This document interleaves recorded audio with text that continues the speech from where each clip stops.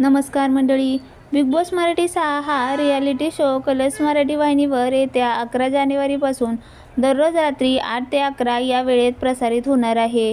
रविवारी grand premier झाल्यानंतर पुढचे 100 दिवस हा शो प्रसारित होईल. त्यामुळे साहजिकच या वेळेमध्ये प्रसारित होणाऱ्या मालिकांवर याचा परिणाम होणार. अलीकडेच वाहिनीने कोणत्या मालिकांच्या वेळा बदलल्या हे जाहीर केलं. आता कोणती मालिका संपेल याविषयी अपडेट समोर आली आहे. त्यामुळे रितेश देशमुखच्या बिग बॉस मराठी 6 या शोसाठी चॅनलच्या वेळापत्रकामध्ये मोठा बदल पाहायला मिळेल.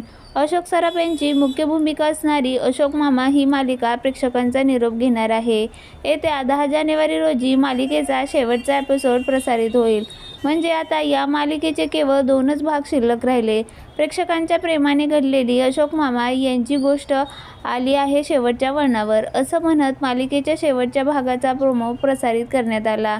अशोक मामा मालिकेच्या शेवटच्या भागात असे दाखवले आहे की अशोक आणि निवेदिता यांचे लग्न होते. त्यांचे मित्र, सोसायटीतील मंडळी, मुलगा, सून, नातवंड या कोर्टमारेसाठी उपस्थित आहेत. त्यानंतर दोघे उखाणा घेऊन गृहप्रवेश करत असल्याचे दाखवले आहे.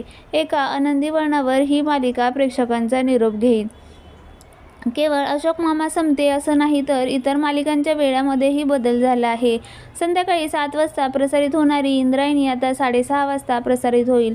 तर रात्री 9 वाजता प्रसारित होणारी आई तुळजाभवानी मालिका संध्याकाळी 7 वाजता दाखवली जाईल.